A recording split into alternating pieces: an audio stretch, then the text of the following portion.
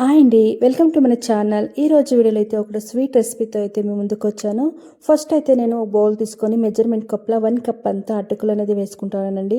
చాలానే టేస్టీగా ఉంటుంది. ఇలా ఒకసారి ట్రై చేయండి.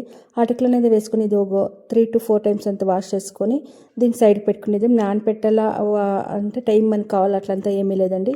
సైడ్కి పెట్టుకునేసి స్టవ్ పైన ఒక కడాయి పెట్టుకొని ఒక 2 టేబుల్ స్పూన్ అంతా నేను కోకోనట్ ఆయిల్ అనేది వేసుకోనండి. కోకోనట్ ఆయిల్ ఉంటే వేసుకోండి, లేకపోతే నెయ్యి, మామూలు నెయ్యి కదండి, అది వేసుకోండి. బట్ కోకోనట్ ఆయిల్ ఉంటే కానీ వేసుకోండి, చాలా బాగుంటుంది.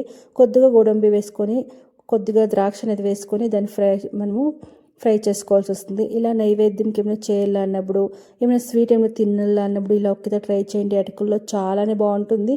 బట్ కోకోనట్ ఆయిల్ అనేది మనం కుకింగ్కి ఏమైనా యూస్ చేస్తూ ఉంటే మాత్రం యూస్ చేసుకోండి, చాలా బాగుంటుంది. అదే ఆయిల్లోకి ఒక 1/2 కప్ అంతా మనం బెల్లం అనేది తీసుకున్నాను. 1/4 కప్ అంతా వాటర్ అనేది తీసుకున్నాను. 1 కప్ అంతా అటుకులు, 1/2 కప్ అంతా బెల్లము, 1/4 కప్ అంతా వాటర్ అనేది తీసుకొని దీన్ని బాగా పాకం రావాలనేది అలా ఏమీ లేదండి. ఇది బెల్లం అనేది కరిగితే చాలు మనకి. దీనికి 1/2 కప్ అంతా పచ్చి కొబ్బరి అనేది తురుముకొని వేసుకుంటానండి. తురువేది కూడా పెద్ద సైజ్ వస్తుంది కదా, హోల్ అనేది, దాంట్లో తురుముకొని వేసుకుంటా మనం తినేటప్పుడు చాలానే టేస్టీగా ఉంటుంది. ఇది కొబ్బరి వేసుకున్నాక కొద్దిగా ఒక 10 సెకండ్స్ అంటే విడిచి మళ్ళీ మనం నానపెట్టుకుంటాం కదా అటుకులు అనేది, దాన్ని వేసుకునేసి బాగా కలుపుకునేయండి. ఇప్పుడు చూసేదానికి కొద్ది నీళ్ళుగానే ఉంది, బట్ అది కుక్ అయ్యే కొద్ది ఫుల్ అది డ్రై అవుతుందండి. చాలానే టేస్టీగా ఉంటుంది. మనకి నైవేద్యంకి ఏమన్నా కావాలా ప్రసాదమునికి, లేకపోతే ఏమైనా దేవస్థానానికి ఏమైనా ప్రసాదం ఏమైనా మనం చేసేయాలన్నప్పుడు ఇలా ఒకసారి ట్రై చేయండి. చాలానే టేస్టీగా ఉంటుంది.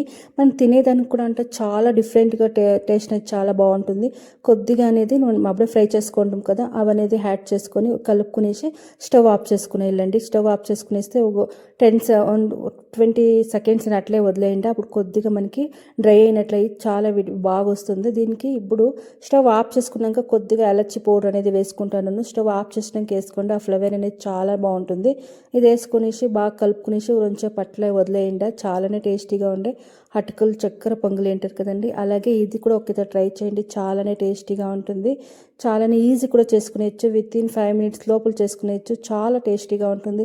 ఇలా కొబ్బరి వేసి ఒకసారి ట్రై చేయండి. చాలానే ఈజీగా చేసుకునేయచ్చు. టేస్ట్ కూడా చాలానే బాగుంటుంది. ఐ హోప్ మీకు ఈ వీడియో ఇష్టమైంది అనుకోను. ఇష్టమైతే మీ ఫ్యామిలీ మెంబర్స్కి, మీ ఫ్రెండ్స్కి షేర్ చేయండి. Thank you for watching.